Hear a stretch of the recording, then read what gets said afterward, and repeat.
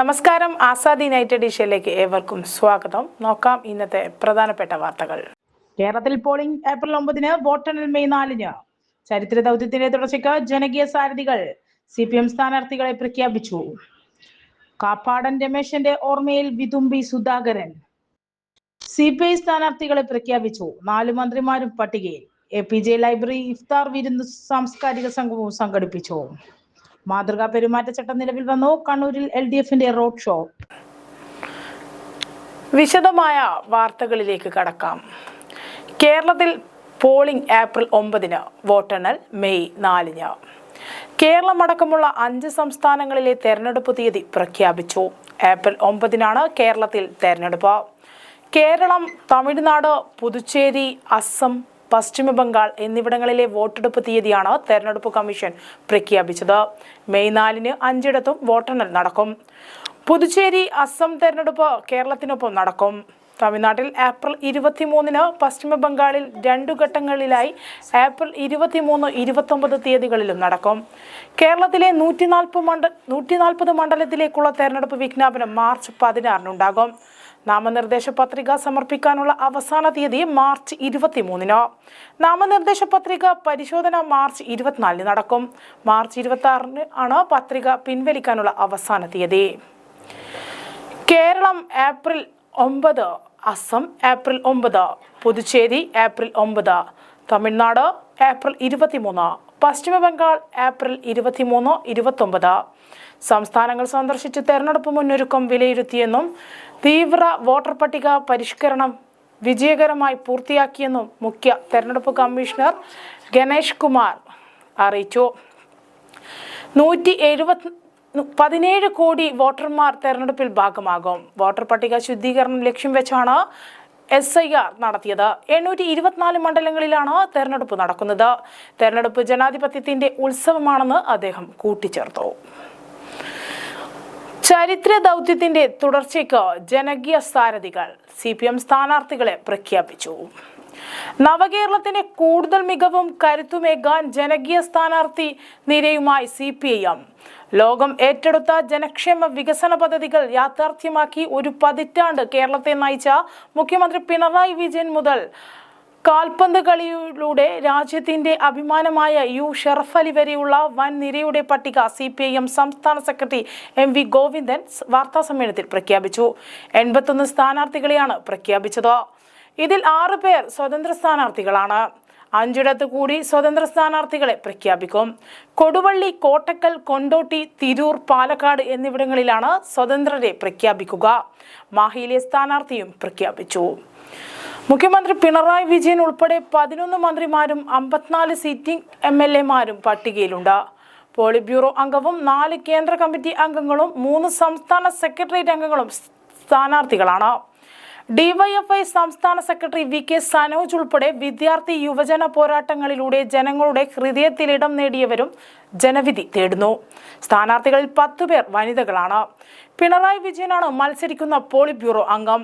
KK Shailaja, KN Balagopal, P Rajeev, TP Ramakrishnan എന്നീ കേന്ദ്ര committee അംഗങ്ങളും PA Muhammad Riyas, VN Vasavan, Saji Cherian, KK Jayachandran എന്നീ സംസ്ഥാന സെക്രട്ടേറിയറ്റ് അംഗങ്ങളുമാണ് മത്സരിക്കുന്നത്. മുഖ്യമന്ത്രിയെ കൂടാതെ OR Kelu, PA Muhammad Riyas, V Abdul Rahman, MB Rajesh, Dr. R Bindu, P Rajeev, VN Vasavan, Saji Cherian, Veena George, KN Balagopal, V Sivankutty എന്നിവരാണ് മത്സരിക്കുന്ന CPM മന്ത്രിമാർ. KK Shailaja, PK Shyamala, K Santhakumari, R Bindu, advocate MB Shiny, advocate Pushpadas, Daleema Jojo, U Prathibha, Veena George, OS Ambika എന്നിവരാണ് മത്സരിക്കുന്ന വനിതകൾ. ഇവരിൽ 2 പേർ മന്ത്രിമാരും 1 മുൻ മന്ത്രിയുമാണ്. സ്ഥാനാർത്ഥി പട്ടിക. Manjeshwaram KR Jayananda, Uduma, advocate CH Kunhambu, Thrikaripur doctor VPP Musthafa, Payyanur TA Madhusoodanan, Taliparamba PK Shyamala, Azhikode KV Sumesh, Kalliasseri M Vijin, Dharmadam Pinarayi Vijayan, Mattannur VK Sanoj, Peravoor KK Shailaja, Thalassery Karayi Rajan, Mananthavady OR Kelu, Sulthan Bathery MS Viswanathan, Kuttiadi KP Kunhammed Kutty, Perambra TP Ramakrishnan, Balussery advocate KM Sachidev, Koyilandy K Dasan, Kozhikode north Thottathil Raveendran, Beypore PA Muhammad Riyas, Thiruvambady Lindo Joseph, Ponnani advocate MK Sakkir, Wandoor doctor KK Damodaran, Perinthalmanna VP Muhammad Hanifa, Mankada AP Alavi, Thrithala MP Rajesh, Tarur PP Sumod, Alathur DM Sasi, Thenmara K Preman, Shoranur P Mammikutty, Ottapalam advocate KA Premkumar, Kongad advocate K Santhakumari, Malampuzha M Prabhakaran, Kunnamkulam AC Moideen, Chelakkara UR Pradeep, Manalur professor C Raveendranath, Guruvayur NK Akbar, Puthukkad KK Ramachandran, Irinjalakuda doctor R Bindu, Wadakkanchery Xavier Chittilappilly, Angamaly advocate Saju Paul, Aluva advocate AM Arif, Kunnathunad PV Sreejin, Vypin advocate MB Shyni, Kalamassery P Raji, Thrikkakara advocate Pushpadas, Kochi KJ Maxi, Tripunithura KN Unnikrishnan, Kothamangalam Antony John, Udumbanchola KJ Chandran, Devikulam advocate A Raja, Ettumanoor VN Vasavan, Kottayam advocate K Anilkumar, Puthuppally KM Radhakrishnan, Aroor Dalima Jojo, Alappuzha PP Chitharanjan, Ambalappuzha HS Salam, Kayamkulam advocate U Prathibha, Chengannur Saji Cheriyan, Mavelikkara MS Arunkumar, Aranmula Veena George, Konni advocate KU Jenish Kumar, Kottarakkara KN Balagopal, Kundara SL Sajikumar, Eravipuram M Noushad, Kollam S Jayamohan, Varkala advocate V Joy, Attingal OS Ambika, Vamanapuram advocate CK Murali, Kazhakoottam Kadakampally Surendran, Vattiyoorkavu advocate VK Prasanth, Nemom V Sivankutty, Kattakada advocate IB Satheesh, Aruvikkara advocate G ജസ്റ്റിഫൻ, Neyyattinkara K Anslan, Parassala CK Hareendran, സ്വതന്ത്രർ Kunnamangalam PTA Raheem, Tanur V Abdurahiman, Vengara Muhammad Sabah, Kundukeel Nilambur U Sharaf Ali, Tavanur KT Jaleel, Chavara doctor Sujith Vijayan, Mahe advocate T Ashok Kumar. Kannur ജില്ലയിൽ 11 സീറ്റിൽ CPM മത്സരിക്കുന്ന 8 സീറ്റിലെ സ്ഥാനാർത്ഥികളെ പ്രഖ്യാപിച്ചതോടെ മണ്ഡലം കേന്ദ്രങ്ങളിൽ സ്ഥാനാർത്ഥികളെ ആനയിച്ചുള്ള റോഡ് ഷോ നടന്നു. Payyanur TA Madhusoodanan, Thaliparamba Shyamala teacher, Azhikode KV Sumesh, Peravoor KK Shailaja teacher, Mattannur VK Sanoj, Thalassery Karayi Rajan, Dharmadam Pinarayi Vijayan, Kalliasseri M Vijin എന്നിവരെ ആനയിച്ചാണ് മണ്ഡല കേന്ദ്രങ്ങളിൽ റോഡ് ഷോ നടന്നത്. LDFന്റെ പ്രമുഖ നേതാക്കൾ റാലിയിൽ അണിനിരന്നു. കണ്ണൂർ മണ്ഡലത്തിൽ രാമചന്ദ്രൻ കടന്നപ്പള്ളിയുടെ റോഡ് ഷോ നാളെ നടക്കും. കൂത്തുപറമ്പിൽ ജനതാദളും ഇരിക്കൂറിൽ കേരള കോൺഗ്രസ് എമ്മും നാളെ സ്ഥാനാർത്ഥികളെ പ്രഖ്യാപിക്കും. മണ്ഡലം റാലിയെ തുടർന്ന് വിവിധ ലോക്കൽ കേന്ദ്രങ്ങളിലും ഇന്ന് പ്രകടനം നടന്നു. തെരഞ്ഞെടുപ്പിന്റെ ഗസറ്റ് വിജ്ഞാപന തീയതി മാർച്ച് 16 തിങ്കൾ, നാമനിർദ്ദേശ പത്രിക സമർപ്പിക്കാനുള്ള അവസാന തീയതി മാർച്ച് 23 തിങ്കൾ, നാമനിർദ്ദേശ പത്രികകളുടെ സൂക്ഷ്മ പരിശോധന മാർച്ച് 24 ചൊവ്വ, നാമനിർദ്ദേശ പത്രിക പിൻവലിക്കാനുള്ള അവസാന തീയതി മാർച്ച് 26 വ്യാഴം, വോട്ടെടുപ്പ് തീയതി ഏപ്രിൽ 9 വ്യാഴം, വോട്ടെണ്ണൽ തീയതി മെയ് 4 തിങ്കളാഴ്ച. തെരഞ്ഞെടുപ്പ് പ്രക്രിയ മെയ് 6 ബുധനാഴ്ചക്കകം അവസാനിക്കണം. കണ്ണൂർ ജില്ലയിൽ 21,69,202 വോട്ടർമാർ. മാർച്ച് 15 കണക്ക് പ്രകാരം ജില്ലയിൽ 21,69,202 വോട്ടർമാരാണുള്ളത്. ഇതിൽ 11,21,704 പേർ സ്ത്രീകളും 10,47,487 പേർ പുരുഷന്മാരും 11 പേർ ട്രാൻസ്ജെൻഡേഴ്സുമാണ്. പയ്യന്നൂരിൽ 1,88,317, കല്യാശ്ശേരിയിൽ 2,02,961, തളിപ്പറമ്പ് 2,31,853, ഇരിക്കൂറിൽ 1,98,929, അഴീക്കോട് 1,87,039, കണ്ണൂർ 1,81,857, ധർമ്മടം 2,05,273, തലശ്ശേരി 1,85,155, കൂത്തുപറമ്പ് 2,05,308, മട്ടന്നൂര് 2,09,36, പേരാവൂർ 1,81,574 എന്നിങ്ങനെയാണ് വോട്ടർമാരുടെ എണ്ണം. ജില്ലയിൽ ആകെ 2,177 പോളിംഗ് സ്റ്റേഷനുകളാണ് ഉണ്ടാവുക. രാഷ്ട്രീയ പാർട്ടി പ്രതിനിധികളുടെ യോഗം തിങ്കളാഴ്ച. നിയമസഭാ തെരഞ്ഞെടുപ്പുമായി ബന്ധപ്പെട്ട് കാര്യങ്ങൾ ചർച്ച ചെയ്തതിന് ജില്ലയിലെ രാഷ്ട്രീയ പാർട്ടി പ്രതിനിധികളുടെ യോഗം മാർച്ച് 16 തിങ്കളാഴ്ച ഉച്ച 3 മണിക്ക് ജില്ലാ തെരഞ്ഞെടുപ്പ് ഓഫീസറായ ജില്ലാ കളക്ടറുടെ ചേംബറിൽ ചേരും. മീഡിയ സർട്ടിഫിക്കേഷൻ ആൻഡ് മോണിറ്ററിംഗ് സമിതി രൂപീകരിച്ചു. നിയമസഭാ തെരഞ്ഞെടുപ്പ് കാലത്ത് മാധ്യമങ്ങളിലൂടെയുള്ള പ്രചരണം നിരീക്ഷിക്കുന്നതിനും നിയന്ത്രിക്കുന്നതിനുമായി ജില്ലാതല media certification and monitoring committee രൂപീകരിച്ചു. ജില്ലാ തെരഞ്ഞെടുപ്പ് ഓഫീസറായ ജില്ലാ കളക്ടർ ഉത്തരവായി. ജില്ലാ കളക്ടർ അരുൺ കെ വിജയനാണ് സമിതി chairman.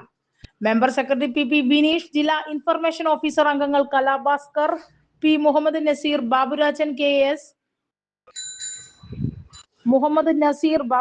KS, central bureau of communication വാർത്താ വിതരണം B Krishnakumar, police inspector cyber crime police station Mithun SV, cyber crime police station Mithun Krishna CM. രാഷ്ട്രീയ പരസ്യങ്ങൾക്ക് മുൻകൂർ അനുമതി നൽകുക, പെയ്ഡ് ന്യൂസ് കണ്ടെത്തുക, സമൂഹ മാധ്യമങ്ങളിലെ പ്രചരണം നിരീക്ഷിക്കുക, വ്യാജ വാർത്തകൾ തടയുക എന്നിവയാണ് സമിതിയുടെ പ്രധാന ചുമതലകൾ. സ്റ്റാറ്റിസ്റ്റിക്സ് സർവൈലൻസ് ടീം കൊട്ടേഷൻ ക്ഷണിച്ചു. 2006 നിയമസഭാ തെരഞ്ഞെടുപ്പിൽ അഴീക്കോട് മണ്ഡലത്തിലെ ചാലാട്, കാട്ടാമ്പള്ളി, വളപട്ടണം, ചുങ്കം എന്നീ പോയിന്റുകളിലെയും കല്യാശ്ശേരി മണ്ഡലത്തിലെ 3 പോയിന്റുകളിലെയും സ്റ്റാറ്റിസ്റ്റിക്സ് സർവൈലൻസ് ടീമുകൾക്ക് ആവശ്യമായ പന്തൽ, കസേരകൾ, മറ്റ് അടിസ്ഥാന സൗകര്യങ്ങൾ എന്നിവ സജ്ജമാക്കുന്നതിനായി അംഗീകൃത കരാറുകളിൽ നിന്നും മുദ്രവെച്ച കൊട്ടേഷനുകൾ ക്ഷണിച്ചു. താൽപര്യമുള്ള സ്ഥാപനങ്ങൾ നിശ്ചിത നിരക്കുകളിൽ രേഖപ്പെടുത്തിയ കൊട്ടേഷനുകൾ അഴീക്കോട് മണ്ഡലം ERO ആയ ഡെപ്യൂട്ടി കളക്ടറുടെ ഓഫീസിൽ നേരിട്ടോ തപാൽ മാർഗമോ അനുവദിക്കപ്പെട്ട തീയതികൾക്കുള്ളിൽ സമർപ്പിക്കേണ്ടതാണ്. വിശദാംശങ്ങൾ പ്രസ്തുത ഓഫീസിൽ നിന്നും അറിയാം. കർഷക ദ്രോഹ നടപടികളുമായി കേന്ദ്രം. അധിക സാമ്പത്തിക സഹായം പിൻവലിക്കാൻ സംസ്ഥാനങ്ങൾക്ക് നിർദ്ദേശം. വീണ്ടും കർഷക ദ്രോഹ നടപടികളുമായി മോദി സർക്കാർ. നെല്ലിനും ഗോതമ്പിനും കേന്ദ്ര സർക്കാർ നിശ്ചയിച്ച മിനിമം താങ്ങുവിലയ്ക്ക് പുറമെ സംസ്ഥാനങ്ങൾ ലഭ്യമാക്കുന്ന അധിക സാമ്പത്തിക സഹായം പിൻവലിക്കാൻ കേന്ദ്രം സംസ്ഥാനങ്ങളോട് ആവശ്യപ്പെട്ടു. കർഷകരുടെ വരുമാനത്തെ വലിയ തോതിൽ ബാധിക്കുന്നതാണ് കേന്ദ്രത്തിന്റെ പുതിയ നീക്കം. ജോൺ ബ്രിട്ടാസ് MP രാജ്യസഭയിൽ ഉന്നയിച്ച ചോദ്യത്തിന് കൃഷി കർഷക ക്ഷേമ മന്ത്രാലയം നൽകിയ മറുപടിയിലാണ് സാമ്പത്തിക സഹായം നിർത്താൻ സംസ്ഥാനങ്ങളോട് ആവശ്യപ്പെട്ടുകൊണ്ട് ധനകാര്യ മന്ത്രാലയത്തിലെ ചെലവ് വകുപ്പ് സെക്രട്ടറി ചീഫ് സെക്രട്ടറിമാർക്ക് 2026 ജനുവരി 9 കത്തയച്ചതായി സമ്മതിച്ചത്. നെല്ലിനും ഗോതമ്പിനുമുള്ള മിനിമം താങ്ങുവിലയ്ക്ക് പുറമെ സംസ്ഥാനങ്ങൾ നൽകുന്ന ബോണസ് പുനഃപരിശോധിക്കാനും നിർത്തലാക്കാനും കേന്ദ്രത്തിന്റെ നയങ്ങൾ അംഗീകരിക്കാനും കത്തിൽ സംസ്ഥാനങ്ങളോട് നിർദ്ദേശിക്കുന്നു. നെല്ല്, ഗോതമ്പ് എന്നിവയുടെ ബോണസ് നിർത്തലാക്കി പകരം പയർവർഗ്ഗങ്ങൾ, എണ്ണക്കുരുക്കൾ, തിന തുടങ്ങിയ വിളകളെ പ്രോത്സാഹിപ്പിക്കാനും കത്തിൽ പറയുന്നു. കർഷകരോടുള്ള കേന്ദ്ര സർക്കാരിന്റെ സമീപനത്തെക്കുറിച്ചും അവരുടെ കാർഷിക മേഖലകളെ പിന്തുണയ്ക്കുന്നതിൽ സംസ്ഥാനങ്ങളുടെ സ്വയംഭരണത്തെക്കുറിച്ചുമുള്ള ഗുരുതരമായ ആശങ്കകൾ ഉയർത്തുന്നതാണ് പുതിയ നീക്കം. രാജ്യത്തുടനീളമുള്ള കർഷകർ വർദ്ധിച്ചു വരുന്ന ഉൽപാദന ചെലവ്, പണപ്പെരുപ്പം, വരുമാനമില്ലായ്മ എന്നിവയാൽ വലയുന്ന അവസരത്തിലാണ് സംസ്ഥാനങ്ങൾ നൽകുന്ന അധിക പിന്തുണ പിൻവലിക്കാൻ കേന്ദ്രം നിർദ്ദേശിക്കുന്നത്. കേന്ദ്ര സർക്കാർ നെല്ലിന് നിശ്ചയിച്ചിട്ടുള്ള നിലവിലെ താങ്ങുവില ക്വിന്റലിന് 2369 രൂപയാണ്. കൃഷിക്കാർക്ക് കൂടുതൽ ആദായം ഉറപ്പാക്കുന്നതിനായി സംസ്ഥാന സർക്കാർ സ്വന്തം നിലയിൽ ക്വിന്റലിന് 631 രൂപ അധിക ബോണസ് നൽകുന്നതിനാൽ കേരളത്തിന്റെ കർഷകർക്ക് നിലവിൽ ക്വിന്റലിന് 3000 രൂപ ലഭിക്കുന്നുണ്ട്. ഇത്തരം ബോണസുകൾ നിർത്തലാക്കാനുള്ള കേന്ദ്രത്തിന്റെ നിർദ്ദേശം അംഗീകരിക്കപ്പെട്ടാൽ കേരളത്തിലെ കർഷകർക്ക് ഈ അധിക പിന്തുണ നഷ്ടപ്പെടും. ഇത് അവരുടെ വരുമാനത്തെ സാരമായി ബാധിക്കും. നിലവിലുള്ള പ്രോത്സാഹന ബോണസ് പിൻവലിക്കാനുള്ള നിർദ്ദേശത്തോട് യോജിക്കുന്നില്ലെന്ന് കേന്ദ്ര സർക്കാരിനെ അറിയിച്ചിട്ടുണ്ടെന്നും കർഷകരെ പ്രതികൂലമായി ബാധിക്കുന്ന നിർദ്ദേശങ്ങളിൽ നിന്നും കേന്ദ്രം പിന്മാറണമെന്നും ജോൺ ബ്രിട്ടാസ് MP വ്യക്തമാക്കി. കാപ്പാടൻ രമേശന്റെ ഓർമ്മയിൽ വിതുമ്പി സുധാകരൻ. സ്ഥാനാർത്ഥി വിവാദങ്ങൾക്ക് ശേഷം ആദ്യമായി പൊതുവേദിയിൽ KPCC അധ്യക്ഷൻ സണ്ണി ജോസഫും പരിപാടിയിൽ പങ്കെടുക്കേണ്ടതായിരുന്നെങ്കിലും അദ്ദേഹം എത്തിയില്ല.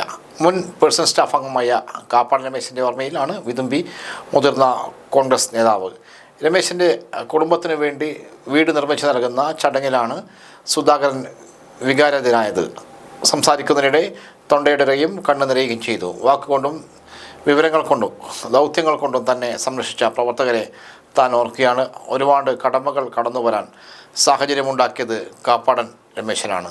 CPMന്റെ ഏത് ആക്രമണത്തെയും ചെറുക്കാൻ എന്നും എപ്പോഴും കാപ്പാടൻ എത്തും.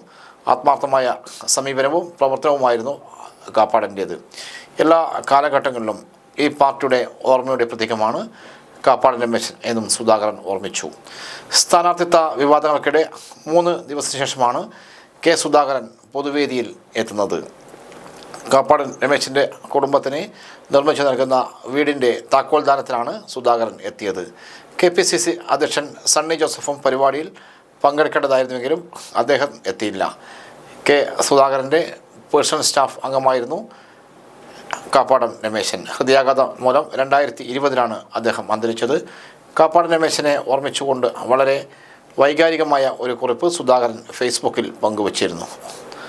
വർഷങ്ങളോളം തൻ്റെ കൂടെ നിഴലായി നിന്ന ഒരാളായിരുന്നു എന്നും വിജയങ്ങളിലും പ്രതിസന്ധികളിലും ഒരുപോലെ കൂടെ ഉണ്ടായിരുന്നുവെന്നും ഒരു വിശ്വസ്ത സഹയാത്രികനായിരുന്നു രമേശൻ എന്നുമാണ് സുധാകരൻ കുറിച്ചത്. ഇന്ന് ഒപ്പമില്ലെങ്കിലും തനിക്ക് ആത്മവിശ്വാസം നൽകുന്ന ഓർമ്മയായി രമേശൻ കത്തിച്ചൊലിച്ചു നിൽക്കുന്നുവെന്നും ഒരു മനുഷ്യൻ തൻ്റെ ജീവിതം മറ്റൊരാളുടെ സ്വപ്നങ്ങളിൽ വേണ്ടി സമർപ്പിച്ച ആ മനുഷ്യൻ ഒരിക്കലും മരിക്കില്ല എന്നും സുധാകരൻ ഓർമ്മിപ്പിച്ചു.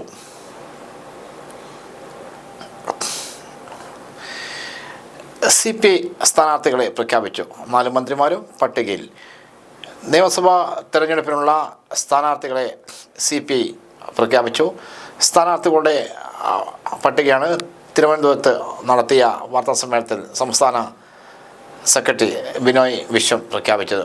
നിലവിൽ മന്ത്രിമാരായ 4 പേരും വീണ്ടും മത്സരരംഗത്തുണ്ട്. കെ രാജൻ ഒല്ലൂരിലും, GR അനിൽ നെടുമങ്ങാടും, P പ്രസാദ് ചേർത്തലയും, J ചിഞ്ചിറാണ് ചടയമംഗലത്തും മത്സരിക്കും. തൃശ്ശൂരിൽ കവിയും സാംസ്കാരിക പ്രവർത്തകനുമായ ആലങ്കോട് ലീലാകൃഷ്ണൻ മത്സരിക്കും. മറ്റ് സ്ഥാനാർത്ഥികൾ കാഞ്ഞങ്ങാട് ഗോവിന്ദൻ വള്ളിക്കാവിൽ, Nadapuram advocate P Vasantham, Eranad Shafeer Kizhissery, Manjeri VM Mustafa സ്വതന്ത്രൻ, Tirurangadi Ajith Kolandi, Pattambi Muhammad Muhsin, Mannarkkad Manzil Abubakar, Nattika Geetha Gopi, Kaipamangalam KK Valsaraj, Kodungallur VR Sunilkumar, Paravur ET Tyson, Muvattupuzha N Arun, Peerumade K Saleemkumar, Vaikom P Pradeep, Haripad TT Jisman, Adoor PG Kannan, Karunagappally MS Thara, Punalur C Ajay Prasad, Chathannoor advocate R Rajendran, Chirayinkeezhu Manoj P Edavana. ഇഫ്താർ വിരുന്നും സാംസ്കാരിക സംഘവും സംഘടിപ്പിച്ചു. കണ്ണൂർ APJ അബ്ദുൽ കലാം ലൈബ്രറിയിൽ ഇഫ്താർ സംഘവും സാംസ്കാരിക സംഘവും സംഘടിപ്പിച്ചു. രാമേന്ദ്രൻ കടന്നപ്പള്ളി ഉദ്ഘാടനം ചെയ്തു.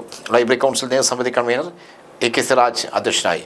മുൻ PSC അംഗം KN Mohanan, Akashvani retired station director Balakrishnan Koyyal, library council ജില്ലാ joint secretary Rajesh Mathew Puthuparambil, taluk secretary KT Sasi, SN college retired professor P Ramendran, Dhanu Ayichankandi, Pukasa ജില്ലാ treasurer Vijayan Macheri, MS Anand, artist Sasikala, V Raghuthaman, AB Shobhanadevi, VK Ashyana, Gangadharan Edachuva തുടങ്ങിയവർ സംസാരിച്ചു.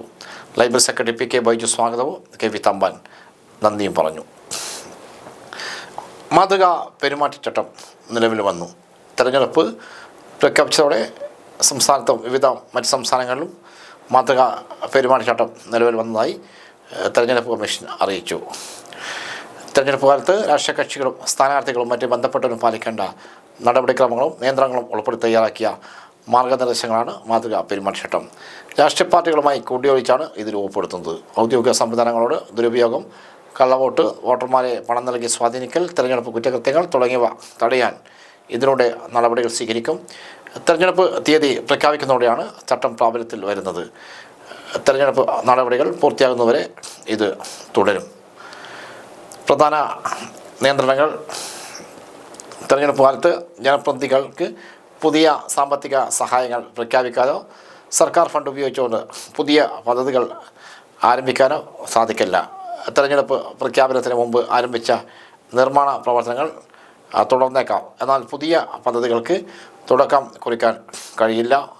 MPമാരുടെയോ MLAമാരുടെയോ പ്രാദേശിക വികസന ഫണ്ടിൽ നിന്ന് പുതിയ പദ്ധതികൾക്ക് പണം അനുവദിക്കുന്നത് തെരഞ്ഞെടുപ്പ് പൂർത്തിയാകുന്നതുവരെ നിർത്തിവയ്ക്കണം. അതുപോലെ പുതിയ പദ്ധതികൾക്ക് ശിലാസ്ഥാപനം നടത്താനും അനുവദനീയമല്ല. അടിയന്തര പദ്ധതികൾക്ക് മാത്രം കമ്മീഷൻ്റെ പ്രത്യേക അനുമതി വേണം. ഇതിനകം പൂർത്തിയായ പദ്ധതികളുടെ ഉദ്ഘാടനം ഉദ്യോഗസ്ഥർക്ക് മാത്രം നടത്താം. തെരഞ്ഞെടുപ്പ് കാലത്ത് ഉദ്യോഗസ്ഥരെ സ്ഥലം മാറ്റാൻ സർക്കാരിന് കഴിയില്ല. മാറ്റം ആവശ്യമായാൽ കമ്മീഷൻ്റെ അനുമതി നിർബന്ധമാണ്. മന്ത്രിമാരോ ജനപ്രതിനിധികളോ ഔദ്യോഗിക വാഹനങ്ങൾ തെരഞ്ഞെടുപ്പ് പ്രചാരണത്തിന് ഉപയോഗിക്കരുത്. ബീക്കൺ ലൈറ്റുകൾ ഉപയോഗിക്കുന്നത് നിരോധിച്ചിട്ടുണ്ട്. സർക്കാർ പണത്തിൽ സ്ഥാപിച്ച പരസ്യ ബോർഡുകളും പ്രചാരണ സാമഗ്രികളും നീക്കം ചെയ്യണം.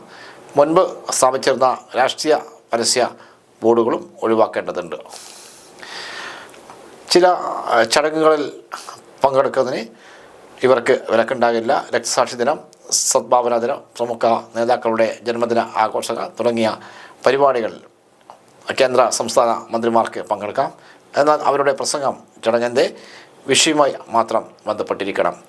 സർവകലാശാലകളിലോ ഇൻസ്റ്റിറ്റ്യൂട്ടുകളിലോ നടക്കുന്ന ബിരുദദാന ചടങ്ങുകളിൽ ഗവർണർക്ക് മാത്രം പങ്കെടുക്കാം. തടവുപുള്ളികൾക്ക് പദവി അനുവദിക്കേണ്ട സാഹചര്യം ഉണ്ടായാൽ സർക്കാർ തെരഞ്ഞെടുപ്പ് കമ്മീഷനുമായി ആലോചിച്ച് ആണ് തീരുമാനം എടുക്കേണ്ടത്. കമ്മീഷൻ്റെ അനുമതി ഇല്ലാതെ സർക്കാരിന് ചെയ്യാവുന്ന ചില കാര്യങ്ങൾ കൂടിയുണ്ട്. തെരഞ്ഞെടുപ്പ് കമ്മീഷൻ്റെ പ്രത്യേക അനുമതിയില്ലാതെ സർക്കാർ തുടരാവുന്ന പൾസ് പോളിയോ പോലുള്ള ആരോഗ്യ ബോധവൽക്കരണ പരിപാടികൾ, കോടതിയുടെ നിർദ്ദേശപ്രകാരമുള്ള ആശ്രിത നിയമനം, ഉദ്യോഗസ്ഥർക്ക് അധികം ചുമതല നൽകൽ എന്നിവ ഇതിൽ ഉൾപ്പെടുകയാണ്. ഇതോടെ ഇന്നത്തെ ആസാദി വാർത്ത സമാപിച്ചു. വീണ്ടും നാളെ കാണാം. നന്ദി, നമസ്കാരം.